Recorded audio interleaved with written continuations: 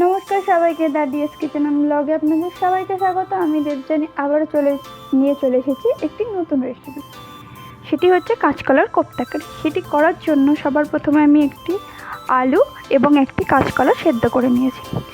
সেদ্ধ করে খোলা ছাড়িয়ে নিয়েছি, আর এর মধ্যে একটু কিছুটা কাঁচা লঙ্কা দিয়েছি। এগুলিকে ভালোভাবে আমি মেখে নেব। মেখে নেওয়া হয়ে গেছে। হয়ে যাওয়ার পর এবার আমি কিছু মশলা অ্যাড করবো এর মধ্যে।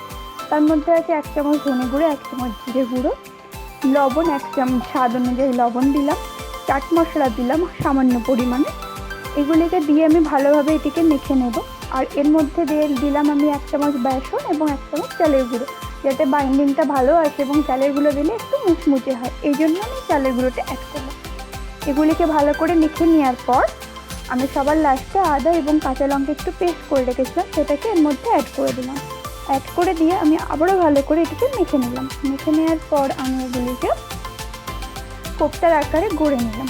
গড়ে নেওয়া হয়ে গেছে, তো দেখতেই পাচ্ছেন কত সুন্দর গড়ে নিয়েছি। তো এবার আমি কড়াই সাদা তেল দিয়ে দিয়েছি। সাদা তেল গরম হয়ে এলে এবার আমি কোপ্তাগুলিকে লালচে বাদামি করে ভেজে নেব। তো গরম হয়ে গেছে, আমি তেলে এক এক করে কোপ্তাগুলি ভেজে নিচ্ছি।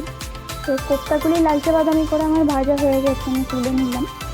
এরপর আমি কড়াইয়ে তেল গরম করতে দিলাম, সামান্য পরিমাণে সর্ষের তেল দিলাম। তেল গরম হয়ে এলে আমি এর মধ্যে ফোড়নে দিলাম গরম মশলা, গোটা গরম মশলা, তেজপাতা এবং সামান্য পরিমাণে গোটা জিরে। ফোড়নটি ভালো করে ভাজা হয়ে গেলে আমি আগে থেকে আদা এবং লঙ্কার পেস্ট বানিয়ে রেখেছিলাম, সেটিকে আমি অ্যাড করে দিলাম। এবার এটা ততক্ষণ ভাজবো যতক্ষণ আদার কাঁচা গন্ধ চলে যাচ্ছে। তো আদার কাঁচা গন্ধ চলে গেছে। তো এরপর আমি অ্যাড করে দিলাম একটা বড় সাইজের টমেটো পেস্ট। কারণ টমেটো পেস্ট করে দিয়েছি যাতে গ্রেভিটা ঠিক হয়, যেহেতু নিরামিষ কোপ্তা কারি করছি, তো টমেটোটা পেস্ট করে দিলে গ্রেভিটা খুব ভালো হয়। তো টমেটো পেস্ট অ্যাড করে দিলাম। এবার টমেটো পেস্ট ততক্ষণ ভেজে নেব যতক্ষণ না টমেটোর কাঁচা গন্ধ চলে যাচ্ছে। তো টমেটোর কাঁচা গন্ধ চলে গেছে। এই মুহূর্তে এবার আমি সামান্য পরিমাণে জল অ্যাড করে দিয়ে এবার গুঁড়ো মশলাগুলিকে অ্যাড করে দিলাম। এর মধ্যে আছে হলুদ গুঁড়ো, তার রঙের জন্য কাশ্মীরি লঙ্কা, 1 চামচ ধনে গুঁড়ো, 1 চামচ জিরে গুঁড়ো।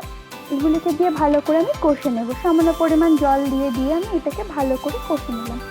কষে নেওয়া হয়ে গেছে। তো এরপর আমি সামান্য পরিমাণে কসুরি মেথি ক্রাশ করে দিলাম এবং সামান্য পরিমাণে টেস্টের জন্য আমি চিনি দিলাম। দিয়ে মশলাটিকে আরেকটু ভালো করে কষে নেব।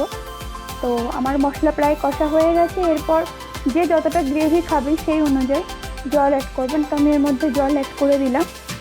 এবার জলটি টকবক করে ফুটে এলে আমি ভেজে রাখা কোপ্তাগুলি একে একে দিয়ে দেবো। তো জল আমার ফুটে এসেছে। তো এবার আমি কোপ্তাগুলিকে অ্যাড করে দিলাম। অ্যাড করে দিয়ে 5 মিনিট ঢাকা দিয়ে রেখে দেবো, যাতে কোপ্তাগুলির মধ্যে জুসটা ঢুকে যায় এবং কোপ্তাগুলি একটু বড় বড় হয়ে ফুলে ওঠে। তো আমি এটাকে 5 মিনিট ঢাকা দিয়ে রাখি। তো 5 মিনিট ঢাকা দেওয়া হয়ে গেছে। তো এবার আমার কোপ্তা কারি পুরো রেডি। তো এরপর আমি অ্যাড করে দিই। এরপর আমি সামান্য পরিমাণের ঘি এবং গরম মশলার গুঁড়ো দিয়ে আমি এটা নামিয়ে নেব। আর নামিয়ে নিয়ে সার্ভ করে দিই। খেতে খুবই ভালো লাগে এই জিনিসটা নিরামিষের দিনে। তো আপনারা একবার অবশ্যই ট্রাই করুন। আশা করছি আপনাদের খুবই ভালো লাগবে। ভালো লাগলে আমার চ্যানেলটিকে সাবস্ক্রাইব করতে ভুলবেন না। নমস্কার, এতদূর ভিডিওটা দেখার জন্য ধন্যবাদ।